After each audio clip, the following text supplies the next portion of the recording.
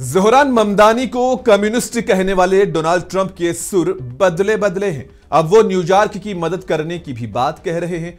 New York शहर के mayor इंतखाबात के दौरान ट्रंप ने ज़ोहरान ममदानी की शख्सियत, शनाख्त और उनके अफकार व नजरियात की तनकीद की।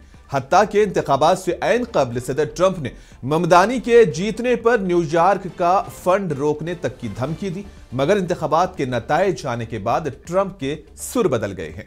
मियामी में एक तकरीब के दौरान ट्रंप ने ममदानी को कम्युनिस्ट करार देते हुए कहा कि न्यूयॉर्क अपनी आजादी खो चुका है और अब सोशलिज्म की राह पर गामजन है। ताहम बाद में इवेंट में उन्होंने ऐलान किया कि वो न्यूयॉर्क शहर को कामयाब बनाने में भी मदद करेंगे।